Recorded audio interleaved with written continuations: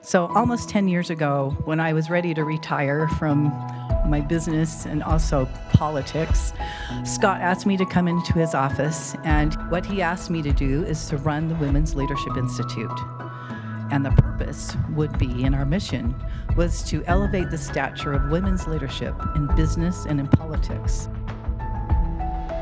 Through the support of Utah's key business leaders, we are making headway in changing Utah's business culture to advance women in leadership.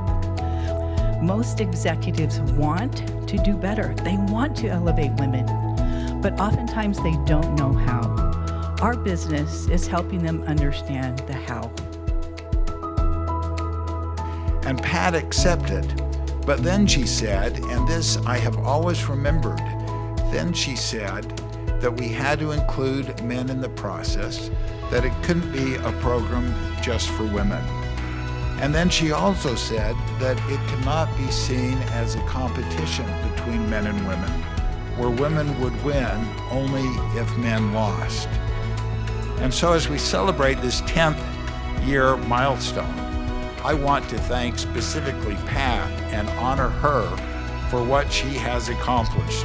She has truly started this process of elevating the stature and status of women in our communities.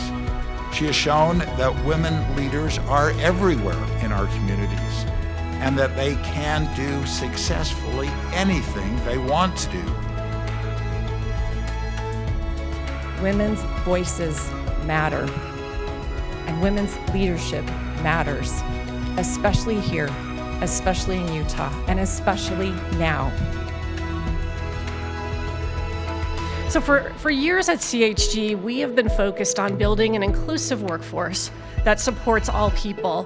But being part of the WLI gave us a framework to be more deliberate and more motivated to make progress faster for the women in our workforce. We experience every day the successes of the Women's Leadership Institute in providing women in the workplace and within our communities, our state, and our nation the opportunities to expand their horizons and take the leadership roles based on their knowledge, experience, and abilities.